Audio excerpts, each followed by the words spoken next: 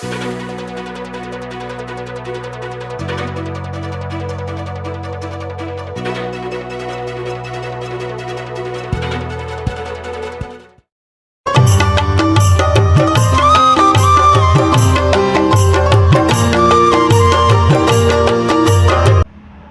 علیکم خواتین و حضرات، پروگرام محفل ادب میں آپ کا میزبان مظہر جاوید حاضر خدمت ہے۔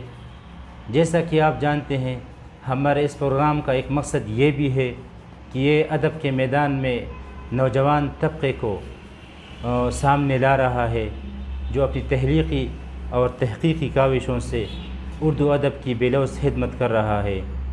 آج ہم نے جس شخصیت کو اپنے اسٹوڈیو میں دعوت دی ہے، آپ کسی تعارف کے محتاج نہیں۔ آپ نظم اور نثر دونوں میں مہارت سے لکھتے ہیں، مختلف اخباروں میں آپ کے کالمز چھپتے رہتے ہیں۔ آئیے اب آپ کو ملاتے ہیں ہمارے آج کے مہمان محترم معراج الدین منتظر صاحب۔ سر، ہم آپ کو اس پروگرام میں خوش آمدید کہتے ہیں۔ بسم اللہ الرحمن الرحیم۔ مظہر جاوید صاحب اور صفدر سائن صاحب اور جوش جذبہ نیوز کا میں بہت زیادہ شکر گزار ہوں، جس نے اس طفل مکتب کو یہاں آ کر لب کشائی کا موقع دیا، اور اس طرح ادب کی حوصلہ افزائی ہوتی ہے اور نئے ادیبوں کی حوصلہ افزائی ہوتی ہے۔ سر، سب سے پہلے آپ اپنا مختصر سا تعارف کرائیں ہمارے ناظرین کو۔ الموسوم با معراج الدین والمتخلص با منتظر۔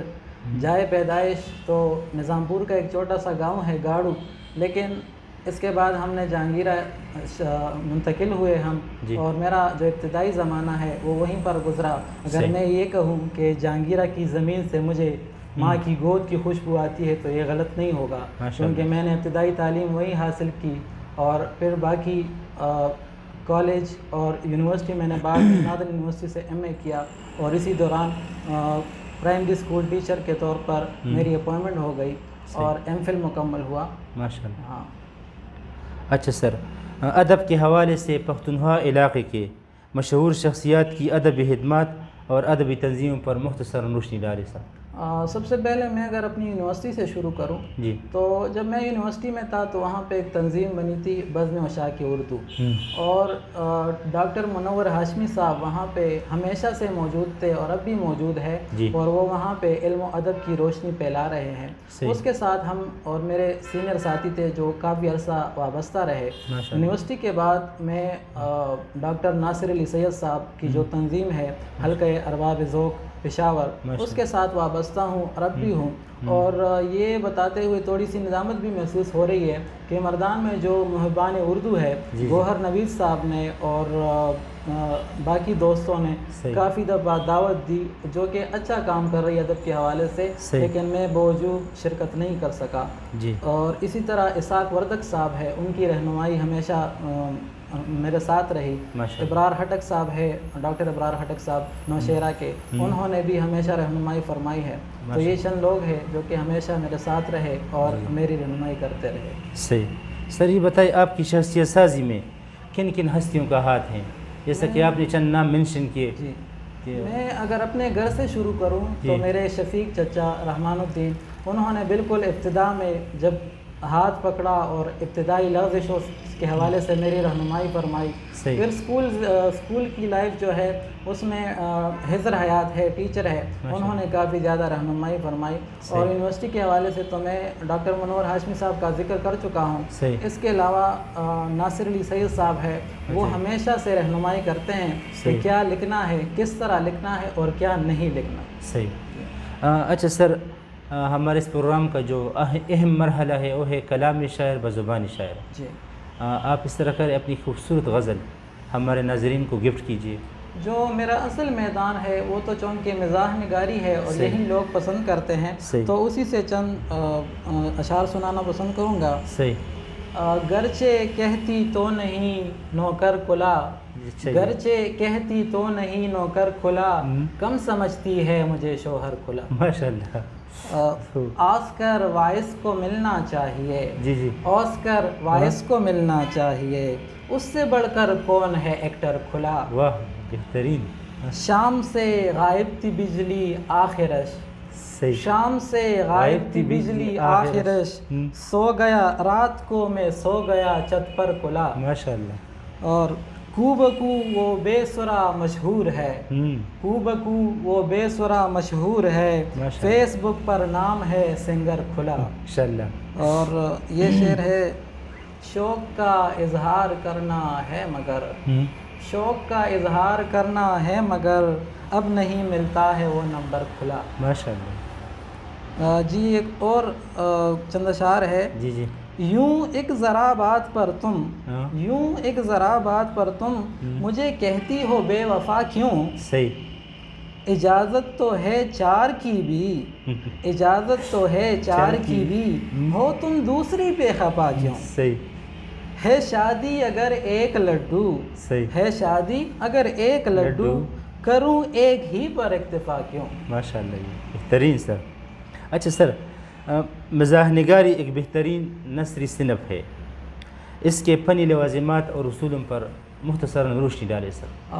بطور طالب علم یا بحیثیت طالب علم ہی روشنی ڈالنا چاہوں گا، اور جو سامعین ہیں وہ کوتاہیاں معاف کرتے رہیں، کیونکہ میں ابھی سیکھنے کے عمل سے گزر رہا ہوں. تو مظہر صاحب، یہ جو ہماری زندگی ہے اگر ہم دیکھیں تو یہ تو میکان کی ہے، جو مادی چیزیں ہیں وہ سنجیدگی مانگتی ہے، لیکن جو ہماری روح ہے، جو ہماری ذات ہے، جو دل ہے، وہ اس کو خوشی چاہیے ہوتی ہے، ہنسی چاہیے ہوتی ہے، کہہ مانگتا ہے. تو اس میں طنز و مزاح کا بہت زیادہ کردار ہے. اور اس کو جب ہم عام معنوں میں لیتے ہیں تو طنز کو لوگ کوئی چبھنے والی بات، کوئی تیر چلانے والی بات، اس طرح چیزوں سے تشبیہ دیتے ہیں، یا مزاح کو عام طور پہ ہنسی مزاح ان چیزوں میں لیتے ہیں. لیکن جب ہم ادب میں آتے ہیں تو اس کا اپنا ایک منصب ہے، اور جو طنز ہے وہ صرف نشریت کرنا نہیں ہے، بلکہ یہ تو ناسور کا سدباب کرنا ہے. اور جو معاشرے میں ناہمواریاں ہے، نامساعد حالات ہے، یا ناقابل برداشت لہجے ہیں، ان پر ہلکے پھلکے انداز میں اس طرح بات کرنا کہ ان کی اصلاح ہو سکے، ان کو ایک سیدھی راہ پہ ڈالا جا سکے. اسی طرح مزاح بھی جو ہے، ان کے منصب کے حوالے سے جب بات کی جاتی ہے تو کہتے ہیں کہ انہوں نے رنج و علم کو گلے لگایا ہوا ہے، اور نہ یہ ان کو کلی طور پہ چیخیں مار مار کر رونے دیتے ہیں، اور نہ اس طرح کہہ مار کے ہنستے ہیں کہ وہ ایک طرف پر ہو جائے. تو یہ دونوں ساتھ ساتھ چل رہے ہیں. وہ انور مسعود صاحب کہتے ہیں کہ جب کہے کو نچوڑا جائے تو اس سے آنسو برآمد ہو.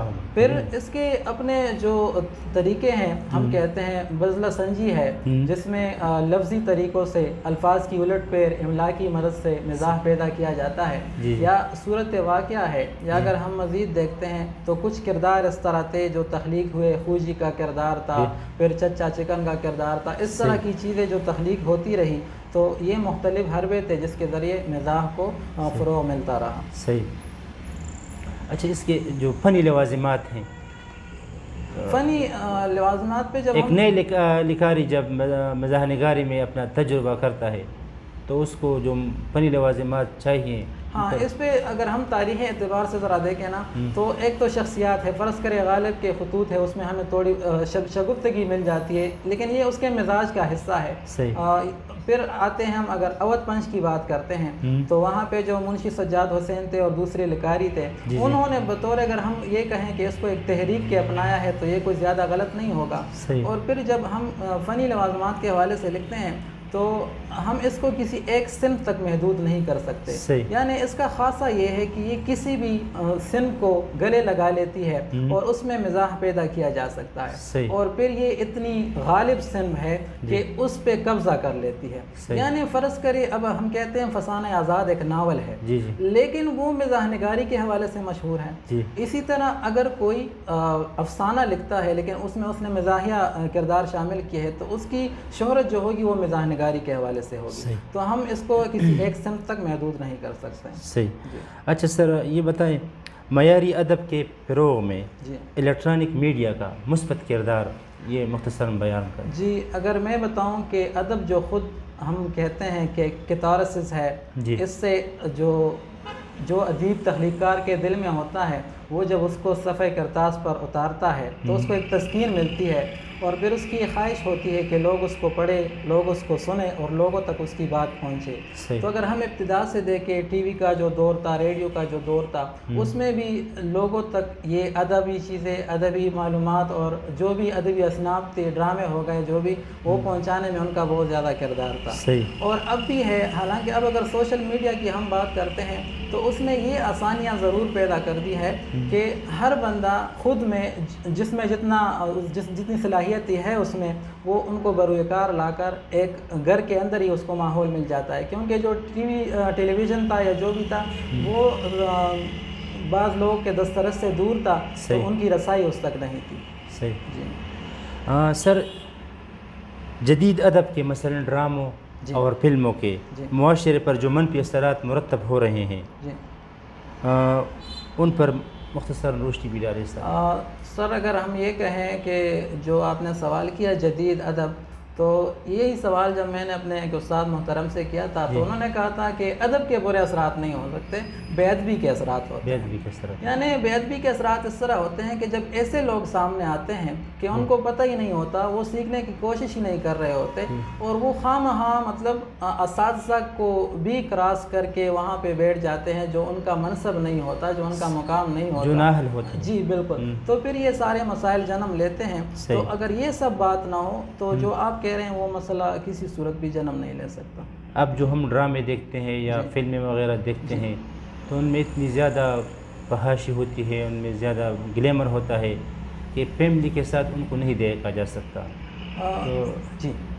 تو میں اس وجہ سے کہہ رہا ہوں کہ الیکٹرانک میڈیا کے جو اثرات ہیں ان پر سر یہ جو آپ کہہ رہے ہیں نا، تو بالکل اگر جب سے نفسیات نگاری اور جنس نگاری نے جنم لیا ہے تو یہ ساری چیزیں موجود تھی۔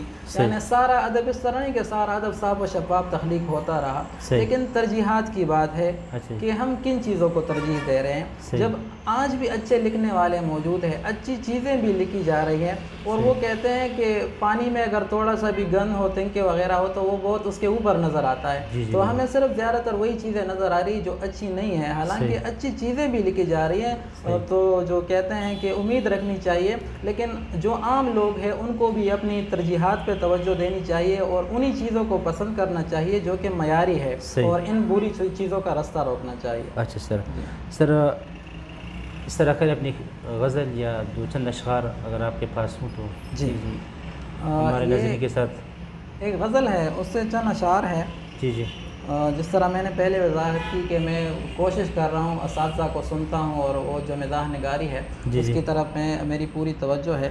تو یہ دیکھیں ذرا، اگر تجھ پہ ساری کمائی لگے، ماشاءاللہ، اگر تجھ پہ ساری کمائی لگے، لٹا دوں جو ایک پائی لگے، ماشاءاللہ، اگر تجھ پہ ساری کمائی لگے، لٹا دوں جو ایک پائی لگے، بھلے فورڈ رویل فراری لگے، بھلے فورڈ رویل فراری لگے، میں لے لوں تجھے جو بھی پیاری لگے۔ ماشاءاللہ، اور ہوئی 4 بچوں کی ماں آج بھی، ہوئی 4 بچوں کی ماں آج بھی، جو دیکھو تو ایک دم کنواری لگے۔ اور یہ شعر ہے کہ موٹر سائیکل والے حضرات کے لیے، گاڑی کا شعر پہلے ہو چکا ہے، تو کس کے پکڑ لے مجھے بیٹھ کے، تو کس کے پکڑ لے مجھے بیٹھ کے، بھلی مجھ کو ایسی سواری لگے۔ واہ، بہترین سر یہ بتائیے جدید لکھاریوں میں جو رائٹر ہے جدید، آپ کے پسندیدہ رائٹر ان میں کون کون سے ہیں؟ سر میں جن لوگوں کو پڑھ رہا ہوں اور جو مجھے دستیاب ہے، یہ بھی ہے ایک وسائل ہے، آپ کی رسائی کہاں تک ہے۔ میرا یہ دعویٰ نہیں ہے کہ بس یہی لوگ ہیں جن کا میں نام لے رہا ہوں اور کوئی نہیں ہے، لیکن میری رسائی یہاں تک ہے، میرا رابطہ انہی لوگوں سے ہے، میں نے انہی لوگوں کو پڑھا ہے۔ تو ایک تو سرفراز زاہد صاحب ہے، اسلام آباد سے لکھتے ہیں، ان کا ایک بہت ہی بہترین شعر ہے کہ یہ جو تالاب ہے دریا تھا کبھی، میں یہاں بیٹھ کے روتا تھا کبھی، تو وہ بہت اچھا لکھ رہے ہیں۔